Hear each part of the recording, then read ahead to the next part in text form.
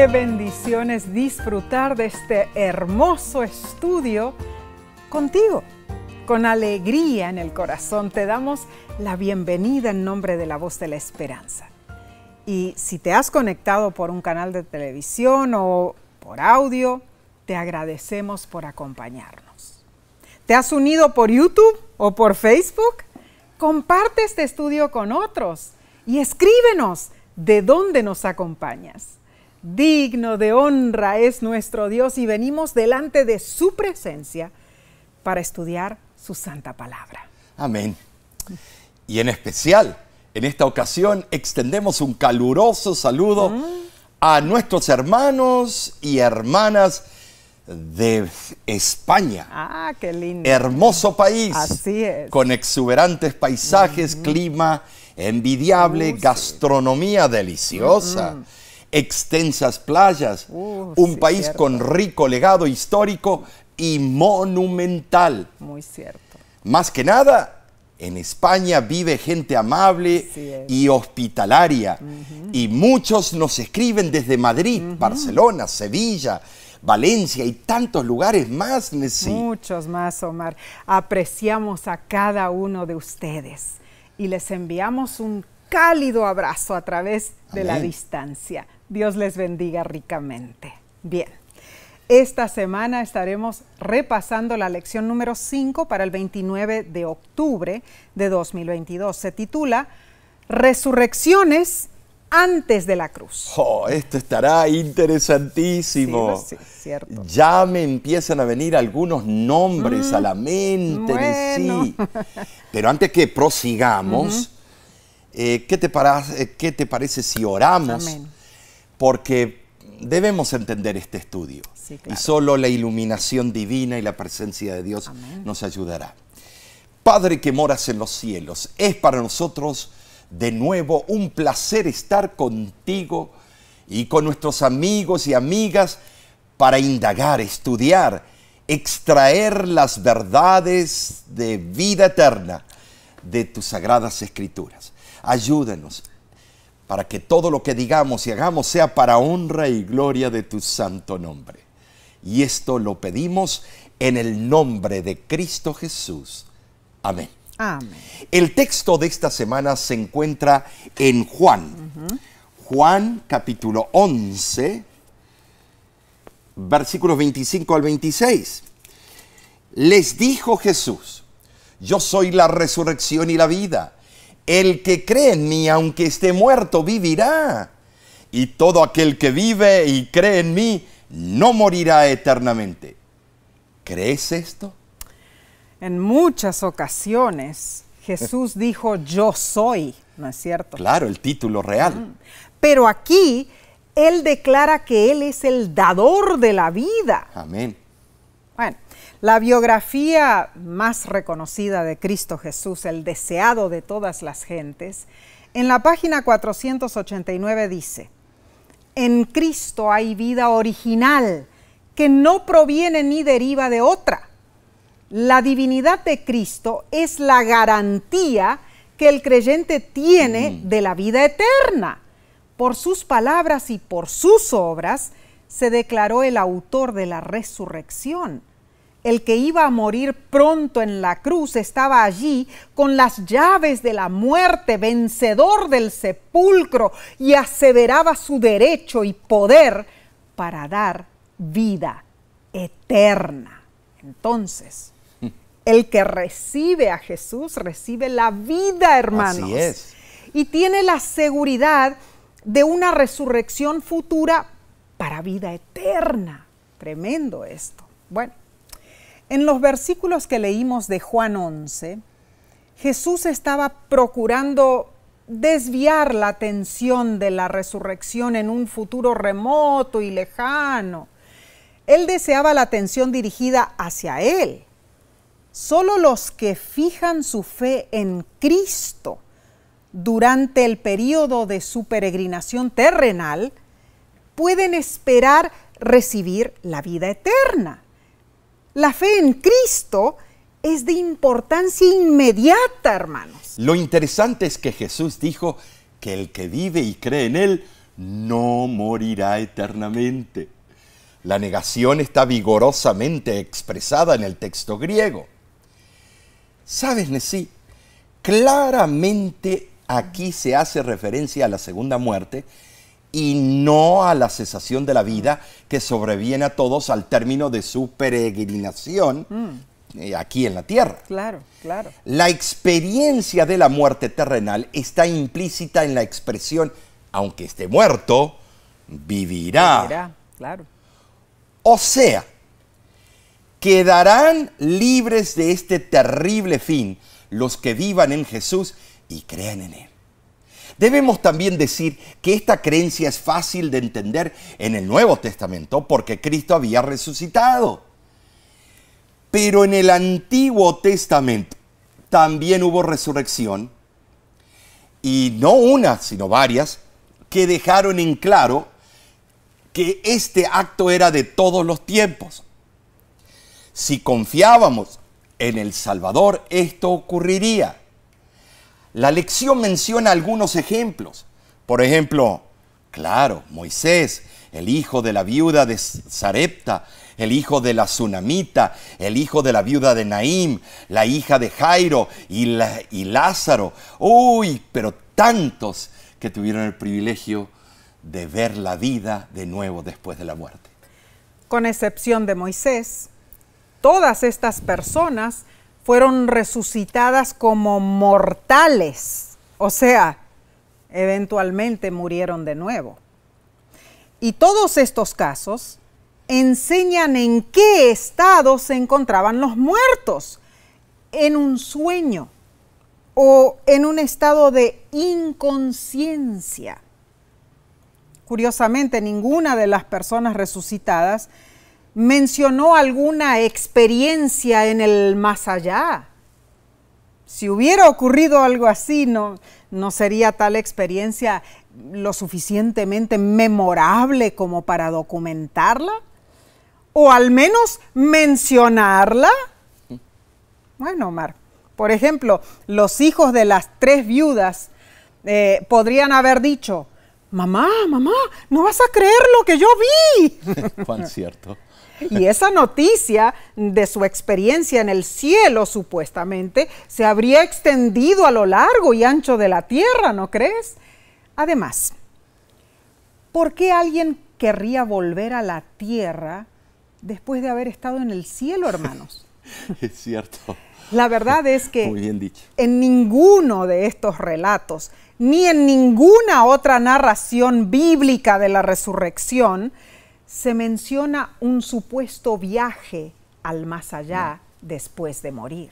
Ahora, Nesí, ¿cuál es la razón de enumerar las resurrecciones que sucedieron antes de la cruz? ¿Por qué Jesús solo realizó 3 resurrecciones durante su ministerio según lo registrado en los evangelios? Porque yo creo que hubieron otros milagros que no están registrados. ¿Cómo se habrían afectado estas resurrecciones anteriores si Jesús no hubiera resucitado de entre los muertos? Ay. ¿Y qué nos dicen estas resurrecciones acerca de la naturaleza y el carácter de Dios? Preguntas relevantes, sí, preguntas Omar, importantísimas, que esta lección veremos. Sí, preguntas candentes en verdad. Esta semana nos concentraremos en las resurrecciones que ocurrieron antes de la muerte y resurrección de Cristo. Y aprenderemos verdades convincentes y maravillosas. Tremendo. Bueno, analicemos entonces la lección del domingo 23 de octubre, titulada La resurrección de Moisés. Emocionante esto. Para ello tenemos que leer Judas 9.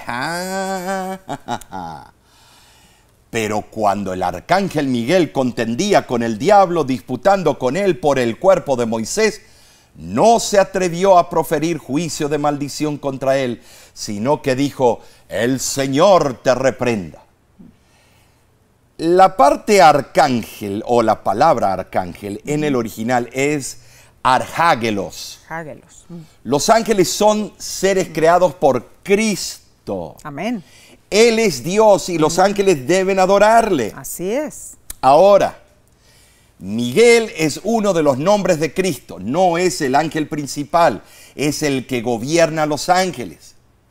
Judas es específico al citar este ejemplo. Es un ejemplo crucial del encuentro personal entre Miguel y el diablo. Lo que nos atañe es la resurrección física de Moisés. Fuera del registro de Judas, la única otra referencia bíblica a la sepultura de Moisés está en Deuteronomio, capítulo 34, versículos 5 y 6, que registra que el Señor enterró a Moisés y que el lugar de su tumba no fue conocido. Judas, sin embargo, revela que el cuerpo muerto de Moisés fue objeto de disputa entre Cristo y Satanás. Y como Moisés apareció con Elías en el monte de la transfiguración, podemos deducir que el Señor triunfó en esa lucha contra el diablo y resucitó a Moisés. Ese hecho identifica a Moisés como la primera persona que fue objeto del poder resucitador de Cristo. Y además de eso, resucitó con el poder de Cristo, pero resucitó a vida eterna. No iba a volver a morir. Los escritores cristianos, Clemente de Alejandría, Orígenes y Dídimo de Alejandría, afirman que Judas 9 es una cita de un pasaje de la obra pseudoepigráfica llamada La Asunción de Moisés. De esa obra solo se han preservado fragmentos y en ninguno se encuentra este pasaje en cuestión. Sin embargo, los eruditos bíblicos concuerdan en que no hay razón para dudar lo que afirman esos antiguos padres de la iglesia. Pero, Nessie, aquí viene el pero. Aclaremos esto. Okay. La declaración de que Judas cita de la obra La Asunción de Moisés no nos obliga a aceptar esa obra como inspirada. No. Si Judas la citó, solo estaba usando cierto material verídico contenido en esa obra. Así es. Quiero aclarar eso. Claro. Pero Clemente de Alejandría y Orígenes y los otros padres de la iglesia griega nos referimos ahora, ¿no? Sí. Confundieron muchísimas ideas. Sí, fue una mezcolanza. Dijeron esto: cuando murió Moisés, se vieron dos Moisés. ¿Qué? Uno vivo en el espíritu, otro muerto en el cuerpo. Un Moisés ascendiendo al cielo con ángeles, el otro enterrado en la tierra. Ay, Omar. Ay, por favor. Sin embargo, la Biblia no corrobora esto, ¿no es cierto? No, de ninguna manera. Judas 9 confirma la enseñanza bíblica de la resurrección de Moisés, hermanos. Explica claramente que la disputa fue por el cuerpo de Moisés, no por una supuesta alma o un espíritu revoloteador. Un fantasma, no. Deuteronomio capítulo 34, y es interesante, versículos del 5 al 7, dice que Moisés murió a los 120 años de edad. ¿Cierto? Y que el Señor lo sepultó en un lugar escondido, en un valle, en la tierra de Moab. Sí fue. Pero Moisés no permaneció mucho tiempo en la tumba, hermanos, no. Leo del libro Patriarcas y Profetas, página 454 y 455. Cristo mismo, acompañado de los ángeles que enterraron a Moisés, descendió del cielo para llamar al santo que dormía. Por primera vez Cristo iba a dar vida a uno de los muertos. Cuando el príncipe de la vida y los ángeles resplandecientes se aproximaron a la tumba, Satanás temió perder su hegemonía. Cristo no se rebajó a entrar en controversia con Satanás. Lo confió todo a su Padre, diciendo: el Señor te reprenda. La resurrección quedó asegurada para siempre. Satanás fue despojado de su presa. Los justos muertos volverían a vivir. Ay, Omar, qué poderosa esa cita. Tenemos prueba de la resurrección de Moisés en Sí el es. evento de la transfiguración. Claro, Moisés y Elías estaban. Claro, pues allí, como dijiste, apareció Moisés con Elías, quien había sido trasladado al cielo sin ver la muerte, ¿no es cierto? Sí.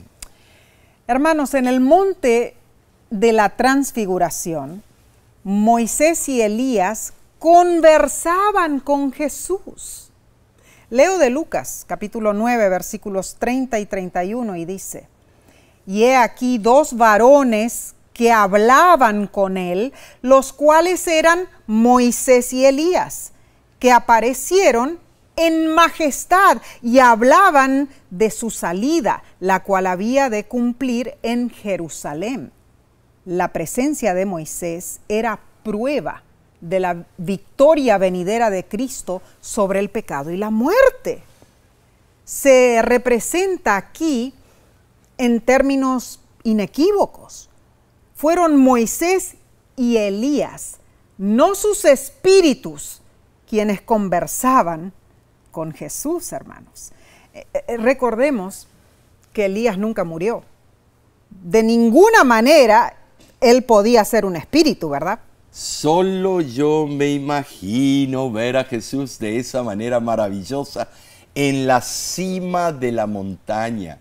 Y me pregunto, ¿será que los discípulos, después de ver ese cuadro impactante, tuvieron una mejor percepción de Dios?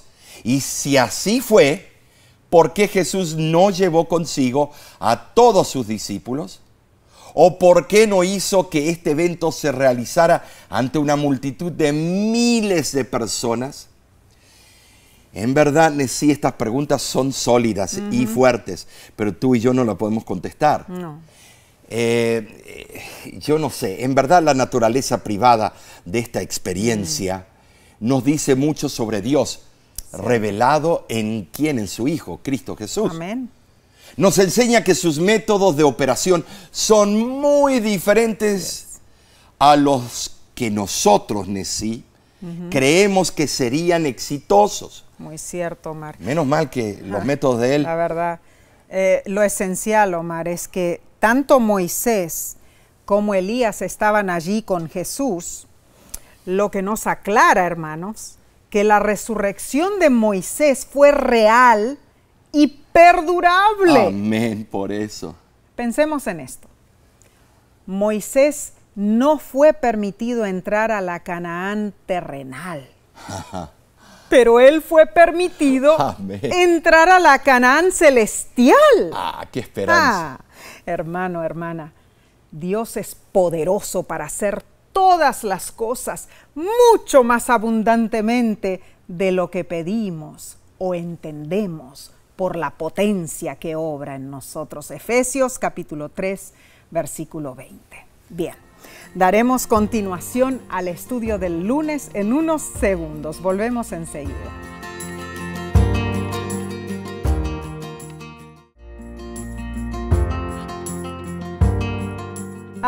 Cuán bendecidos somos al estudiar la Biblia juntos. Gracias por acompañarnos, hermanos. Sigamos investigando. Pasemos a la lección del lunes 24 de octubre titulada Dos casos del Antiguo Testamento. Cuando puedas, Nesí, lee Primera de Reyes, capítulo 17, versículo del 8 al 24, y Segunda de Reyes, capítulo 4, versículo del 18 al 37. Bien. Hebreos 11:35 dice que por la fe las mujeres recobraron sus muertos por resurrección. Amén. ¡Qué mujeres! Wow. ¡Wow! Este fue el caso en las dos resurrecciones representadas en los textos de hoy. Así es, Omar. El primer caso, Primera de Reyes 17, del 8 al 24, ocurrió durante la apostasía en Israel, bajo la influencia del rey Acab y su esposa. Uy, qué esposa. La pagana Jezabel. Resulta que una sequía asolaba la tierra y Dios le ordenó a Elías que fuera a Sarepta, un pueblo fuera de Israel, Omar. Sí, fenicio. Increíble. Allí vivía una viuda fenicia, hermanos, a punto de cocinar la última comida miserable para ella y su hijo. y luego morir. Ay, ay, ay. Pero sus vidas se salvaron, gracias al milagro de la harina y el aceite, que no se acabaron hasta que pasó la sequía. Pero tiempos después, el hijo se enfermó y murió.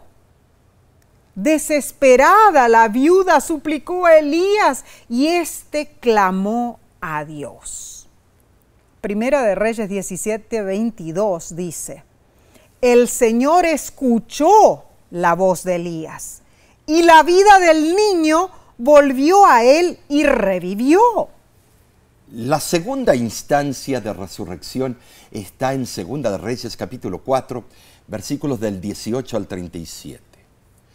Ocurrió en Sunem, un pequeño pueblo al sur de Gilboa. Eliseo había ayudado a una viuda a pagar sus deudas con el milagro de llenar las muchas vasijas con aceite. Allí mismo conoció a una destacada mujer casada que no tenía hijos. El profeta le dijo que tendría un hijo, y así sucedió. El niño crecía sano, pero un día se enfermó y murió. La tsunamita fue al monte Carmelo, le rogó a Eliseo que la acompañara. Eliseo fue, oró a Dios y el niño volvió a la vida. Estas mujeres tenían diferentes trasfondos, pero ambas poseían una fe extraordinaria. La viuda fenicia hospedó al profeta Elías en un momento extremadamente difícil para ella y también para el profeta, pues no había lugar seguro para él en Israel. Bueno, sobre esa mujer de Sarepta nos preguntamos, ¿por qué esa viuda en particular? ¿Por qué Dios le dijo a Elías que fuera a la tierra pagana de los fenicios en lo que hoy es el Líbano? Bueno, sí, en Lucas capítulo 4, versículo 25 al 26, Jesús señaló lo siguiente: mas en verdad os digo que muchas viudas había en Israel en los días de Elías, cuando el cielo fue cerrado por 3 años y 6 meses, que hubo una grande hambre en toda la tierra, pero a ninguna de ellas fue enviado a Elías, sino a Sarepta de Sidón, a una mujer viuda. Y la historia plantea otras preguntas obvias. ¿Por qué una mujer pagana, Omar? En serio. ¿Qué concepto de Dios tenía esa mujer? Mejor que el tuyo y el mío, tal vez. Es difícil que una madre quiera que su hijo muera. Pero esa viuda sabía que su hijo moriría de hambre. Así es. Me imagino, hermanos, que cuando llegó Elías, quizá él interrumpió el momento privado de la última comida, en que la madre y el hijo pudieron haber recordado tiempos más felices quizá, o en que el hijo pudiera haberle confiado a su madre su temor a la muerte. No sabemos. Pero sucedió que la única comida que quedaba y que hubiera sido solo para la viuda y su hijo, ahora incluía una tercera persona, Elías. El verdadero valor de esa comida no estaba en su cantidad, ni en su calidad, ni en su poder de sustento. El verdadero valor estaba en las costumbres de esa familia, las tradiciones que compartían a la mesa. El comer juntos renovaba las relaciones familiares, y al invitar a Elías, esa comida demostraba la generosidad de la viuda y a su hijo también. Ahora, Nesí, con esto en mente, más significativo que el suministro interminable de harina y aceite fue que ese hijo fue resucitado. Amén. Sin embargo, después de la resurrección del niño, no oímos nada más de la viuda de Sarepta. No. Solo lo sabremos cuando estemos en el cielo. ¿Qué habrá sucedido? No sabemos. No. Pero Dios no vio necesario. Increíble, Omar. En el otro caso de la mujer tsunamita y su esposo, ellos construyeron una habitación especial, Omar. Tremendo. Donde Eliseo podía quedarse cuando pasaba por esa región. La familia de la tsunamita gozaba de mucha felicidad. Al fin tenían al niño prometido por el Dios del profeta Eliseo. Hasta que llegó ese día, horrendo, ¿no? Cuando su hijo le dijo que le dolía la cabeza y la situación empeoró. Ahora, hermanos, desde el punto de vista médico, patológico, hoy día, los síntomas eran claros. Una hemorragia alrededor del cerebro produjo una cefalea, o sea, un dolor de cabeza insoportable. El paciente quizá empezó a vomitar debido a la estimulación de los centros del sistema nervioso. Luego se tornó inconsciente, entró en coma y le sobrevino la muerte. Qué increíble. Pero vemos que la madre en su desesperación demostró fe y ocurrió el milagro. Eliseo oró y Dios resucitó al jovencito. Bueno, en ambos casos, con la viuda de Sarepta y la mujer tsunamita, cuando los dos niños murieron, sus fieles madres apelaron a los profetas de Dios y tuvieron el gozo de ver a sus hijos resucitar. Hermanos, estas son dos hermosas historias. Pero ¿cuántos otros no contados no tuvieron algo tan milagroso que les sucediera? Omar, miles y miles aún mueren a causa del pecado en este mundo. Esta triste realidad debiera enseñarnos cuán importante para nuestra fe es la resurrección prometida cuando Cristo regrese por segunda vez. Añoramos ese día glorioso. Amén, amén. Amén. Veamos entonces lo que sigue en la lección del martes 24 de octubre, titulada El hijo de la viuda de Naín. Otro caso increíble de sí. Sí lo es. Los evangelios relatan que Jesús hacía muchos milagros. ¿Cierto? Hechos capítulo 10, versículo 38, dice lo siguiente. Jesús anduvo haciendo bienes y sanando a todos los oprimidos del diablo, porque Dios era con él. La sierva del Señor añade en el camino a Cristo, páginas 11 y 12, había pueblos enteros donde no había un gemido de enfermedad en ninguna casa, porque Él había pasado por ellos y había sanado a todos sus enfermos. Su obra dio evidencia de su unción divina. El amor, la misericordia y la compasión se revelaron en cada acto de su vida. Su corazón estaba lleno de tierna simpatía por los hijos de los hombres. Él tomó la naturaleza del hombre para poder alcanzar las necesidades del hombre. Los más pobres y humildes no tenían miedo de acercarse a Él. Incluso los niños pequeños se sentían atraídos por Él. Qué hermosa cita, Omar. Es tremendo. Y Lucas 7, del 11 al 17, relata la resurrección del hijo de la viuda de Naín. Así es. Jesús vio una procesión funeraria que avanzaba hacia el entierro del único hijo de una viuda. Y cuando él vio a esa pobre mujer, se compadeció de ella y le dijo, no llores. Lucas 7, del 14 al 15, sigue contando lo que sucedió, Omar, y dice, y acercándose, tocó el féretro, y los que lo llevaban se detuvieron. Y dijo, mancebo, a ti te digo, levántate.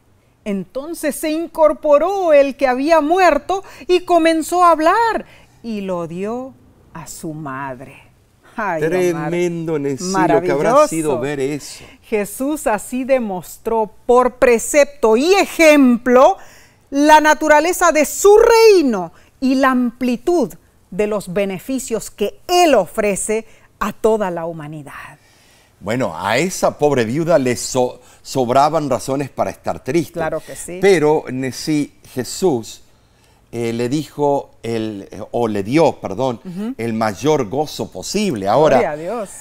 Según la ley de Moisés, el contacto con los muertos, aún tocar el féretro, causaba una contaminación ceremonial por 7 días. Eso es cierto.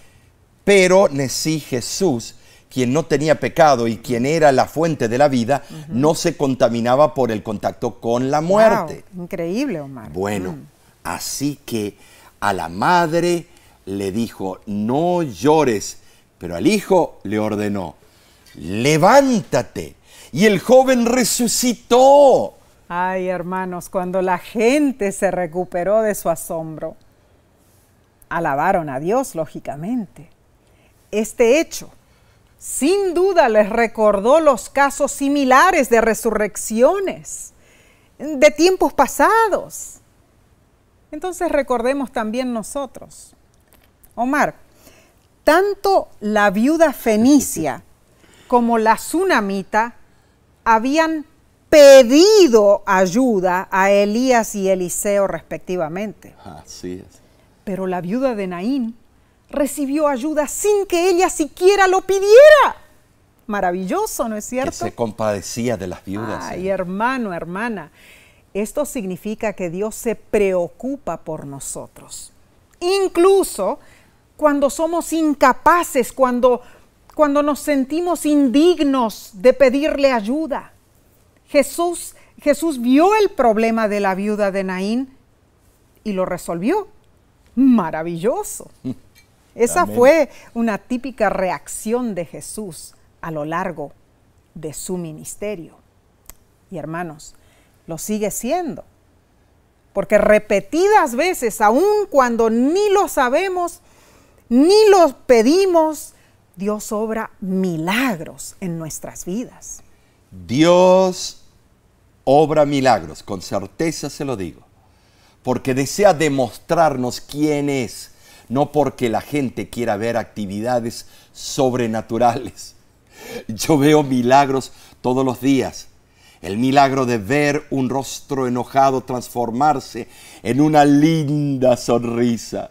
El milagro de ver un picaflor volando rápidamente con sus pequeñas alas. El milagro de ver el amanecer sobre el océano. El milagro de ver como una pequeñita semilla se convierte en un frondoso árbol.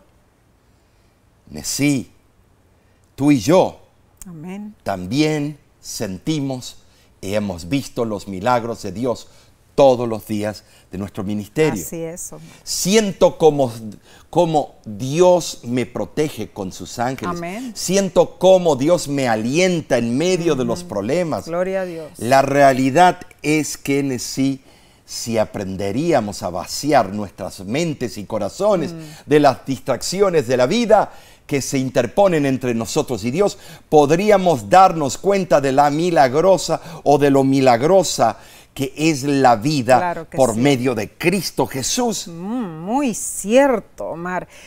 Y cuenta una historia que un hombre, después de muchos años de ser borracho, se convirtió a Dios. Ah, Su vida cambió completamente. Y un día, después de su conversión, se encontró con uno de sus viejos amigos dipsomaníacos, un escéptico, que se mofó de él y le dijo: hey, ¿crees tú que Cristo hizo que el agua se volviera vino? Y la rápida y acertada respuesta de aquel que había sido un beodo fue la siguiente. Él le dijo: yo no sé cómo explicártelo, pero lo que sí sé es que en mi hogar Cristo hizo otro tipo de milagro. Él hizo que el vino se volviera pan. qué hermoso Tremendo. eso. Ese fue un verdadero milagro de Así Dios. es cierto. Ahora, hay otro punto que debemos mencionar, sí. Claro que sí. Es la compasión que Jesús demostró Muy cierto. al ver a la viuda llorar. Cierto, Omar. Sabes, hermano, hermana, su ejemplo nos enseña que nos debemos conmiserar con los que sufren. La verdadera religión involucra que estemos velando por ellos.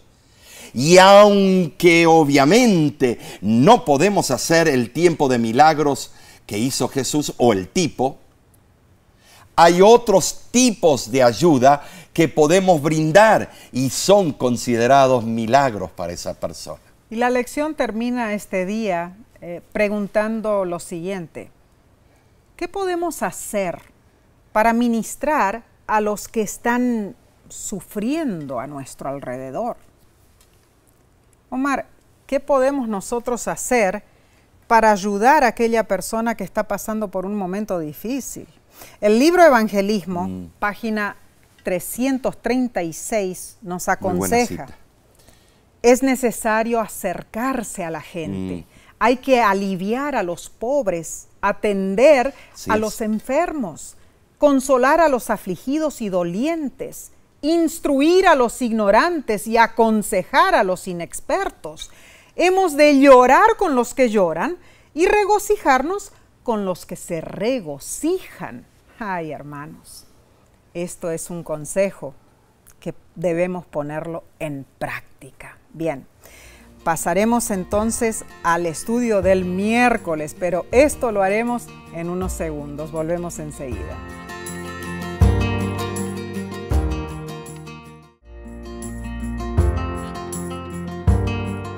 Gracias por acompañarnos. Sigamos con la lección del miércoles 25 de octubre titulada La hija de Jairo. El autor de la lección, explica lo siguiente. Las resurrecciones anteriores a la muerte y resurrección de Jesús no limitaron a ningún grupo étnico ni a ninguna clase social específica. Moisés fue quizás el líder más grande del pueblo de Dios. En contraste, la pobre viuda de Sarepta era fenicia, ni siquiera era israelita. Cierto. Y vemos que la mujer sunamita era prominente en su comunidad, pero la viuda de Naín probablemente dependía de su único hijo que había fallecido. Y en el estudio de este día vemos la experiencia de Jairo, un gobernante de una sinagoga. Independientemente de sus diferentes antecedentes culturales o de su estatus social, todas estas personas fueron bendecidas por el poder vivificante de Dios. Amén, sí, es verdad eso. Marcos capítulo 5, 21 al 24 y versículos 35 al 43. Hermanos, describe una milagrosa resurrección. Amén.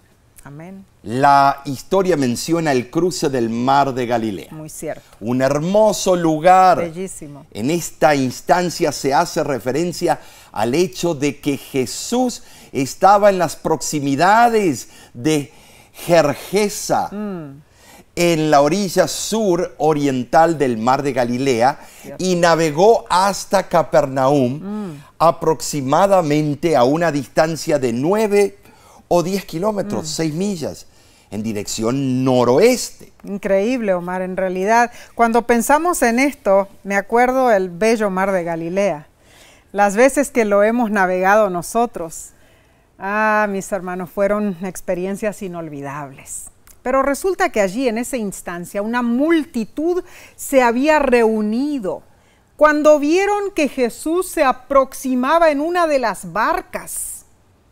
Por un tiempo, Jesús permaneció cerca de donde había desembarcado, enseñando y sanando, etc. Después, con algunos de sus discípulos, Jesús fue al hogar de Leví Mateo, a una fiesta que se daba en su honor. Allí, Jairo encontró a Jesús. Tremendo. Ahora, Jairo era príncipe de una sinagoga, el que normalmente se hacía cargo del culto público. Y él necesitaba ver a Jesús. No se sabe con certeza si Marcos quiso decir que Jairo era uno de los principales de la sinagoga local de Capernaum. Bueno, lo cierto es que Jairo se postró a los pies de Jesús, como si estuviera ante un príncipe o alguien de gran autoridad. Si así podría salvar a su única hija, este orgulloso rabino estaba dispuesto a humillarse, aún ante Jesús, quien era despreciado y odiado por la mayoría de los de la clase de Jairo. Ahora en sí, la enfermedad de la niña de 12 años, que no es identificada por ningún escritor de los evangelios, estaba en su etapa final. ¿Cierto? ¿Habrá sido leucemia? No se sabemos. sabe. A menos que Jesús interviniera, la muerte seria, sería también inevitable. Claro. No había forma. No había forma. El padre no dudaba de que Jesús tenía poder para devolverle la salud a su hija. No, él no dudaba. Había veintenas, centenares de personas en Capernaum y todos los alrededores, cuyas vidas daban testimonio del poder de Jesús. Claro que sí. Tú y yo estuvimos ahí en Capernaum. Cierto, cierto. Y ahí está la sinagoga famosa. Muy cierto, Omar. Y al compenetrarnos en la dinámica de este caso, vemos que Jesús no atendió rápidamente al pedido de Jairo. Sus sirvientes llegaron, le dijeron que ya no molestara a Jesús y le dieron la triste noticia. Su hija había fallecido. Mis hermanos. Pero Jesús oyó lo que había sucedido y simplemente le dijo a Jairo: no temas, cree solamente. Marcos 5:36. Al llegar a la casa de Jairo, ya las plañideras y los flautistas pagados estaban allí, llenando el aire con su clamor, y la presencia de la muchedumbre y el tumulto contrariaron el espíritu de Jesús. Y al ver que todos lloraban por la muerte de la niña, Jesús dijo en Marcos 5:39: ¿por qué alborotáis y lloráis? La muchacha no es muerta, mas duerme. Y lo ridiculizaron, porque número 1, sabían que la niña estaba muerta. Y número 2, no comprendieron el significado de sus palabras. La metáfora reconfortante por la cual dormir significa muerte parecía ser la forma favorita de Cristo, al referirse a esa experiencia de los seres humanos. ¿Sabes, Nessie? El comentario bíblico adventista menciona en cuanto a esto y dice: la muerte es un sueño, pero es un sueño profundo del que solo el gran dador de la vida puede despertar, porque solo Él tiene las llaves de la tumba. Tremendo esto. Increíble. Nessie. Y Cristo, el dador de la vida, resucitó a la hija de Jairo, Omar. Amén. Jesús le dijo: Talita Kumi, que traducido significa muchacha, a ti te digo, levántate. El deseado de todas las gentes, página 311, describe cómo ocurrió el milagro y dice: instantáneamente un temblor pasó por el cuerpo inconsciente. El pulso de la vida volvió a latir. Los labios se entreabrieron con una sonrisa. Los ojos se abrieron como si ella despertase del sueño, y la niña miró con asombro al grupo que la rodeaba. Se levantó y sus padres la estrecharon en sus brazos, llorando de alegría. Ay, lo que habrá sido ver eso, Nessie. Qué maravilla. Envidiable. Sí. Después de la resurrección de la niña, los que la vieron quedaron sobrecogidos de asombro. Claro que sí. Para no quedarse así. Y no es extrañar, porque en medio de este mundo la muerte es final, absoluta. Cierto. Y aparentemente irreversible. Cierto.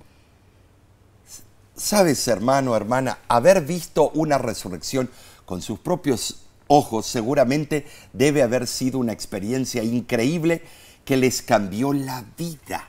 Maravilloso poder de Dios. Y al final de este día la lección reitera que las palabras de Jesús, no temas, solo cree, son significativas para nosotros hoy. Es que, Omar, incluso en medio de situaciones de temor, de situaciones o momentos de gran angustia, podemos aferrarnos de Dios. Claro que sí. Y creer en nuestro amante Salvador, hermanos. Bien, pasemos a la parte del jueves 26 de octubre titulada Lázaro. Oh, esta parte es emocionante. Sí, sí lo Casi es. todos los funerales que yo he dirigido, uso esta historia. Tremendo. Por algo debe ser. Te invito a leer Juan, capítulo 11, del versículo 1 al 44 como tarea esta noche.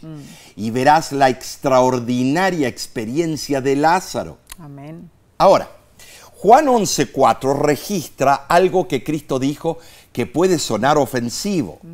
Jesús dijo, esta enfermedad no es para muerte, sino para la gloria de Dios, para que el Hijo de Dios sea glorificado por ella.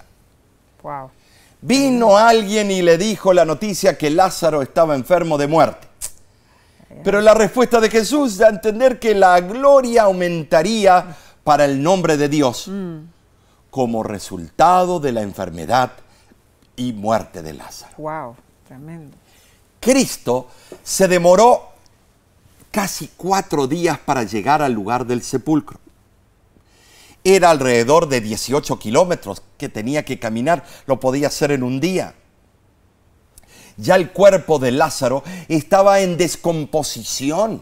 Bueno, hermanos, confiamos que Dios se deleita en tomar los designios y planes maléficos del enemigo y los encausa para propósitos de misericordia en favor de los que le aman. Ahora, ¿por qué Jesús nuevamente usó la terminología de que Lázaro dormía? Omar, era adecuado en realidad aplicar o emplear el sueño como una figura para representar la muerte. Sí, sí. Número 1, dormir es estar inconsciente. Los muertos nada saben, dice Eclesiastés 9:5. Número 2, dormir es descansar de toda actividad. En el Sheol no hay obra, ni trabajo, ni ciencia, ni sabiduría, dice Eclesiastés 9:10. Número 3, el sueño imposibilita el pensamiento consciente. Sale su aliento, perecen sus pensamientos, dice Salmo 146:4. Qué relevante ese versículo. Ahora, el punto número 4, el sueño sigue hasta que uno despierta. Cierto. Así el hombre yace hasta que no haya cielo, y voy a añadir la palabra nuevo. Número 5, el sueño impide que se participe en las actividades de los que estén despiertos. Cierto. Porque nunca más tendrán parte en todo lo que se hace debajo del sol. Eclesiastés 9:6. Número 6. El sueño llega inevitablemente a todos. Los que viven saben que han de morir. Eclesiastés 9:5. Y número 7. El sueño anula las emociones del alma. Su amor y su odio y su envidia fenecieron, dice Eclesiastés 9:6. Y número 8, el sueño hace que cese toda alabanza. No alabarán los muertos a Jah o a Jehová, dice Salmo 115:17. La dramática resurrección de Lázaro proporciona el punto culminante en el ministerio de Jesús. En la maravillosa descripción de Juan hay muchos elementos que retratan bellamente el carácter de Dios. Sí, esta historia maravillosa es mucho más que una delineación sobre el estado de los muertos o de una prueba del poder de Jesús sobre la muerte. Cierto. Sí, esta es una gran revelación del carácter y del amor de Jesús. Amén. No es casualidad que este relato de la resurrección está íntimamente ligado a la cruz del Calvario, hermanos.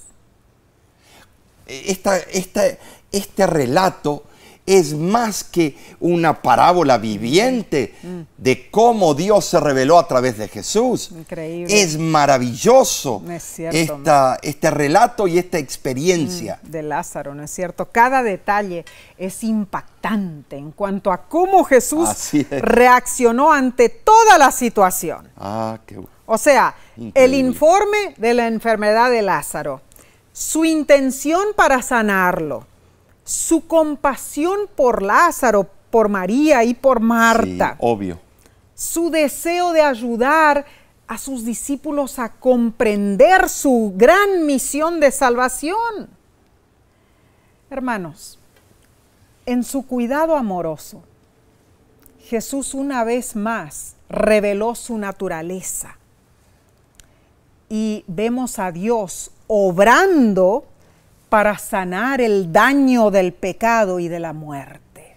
Maravilloso fue ese milagro.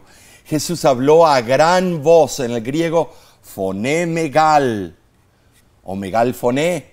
Ahora, entendamos esto.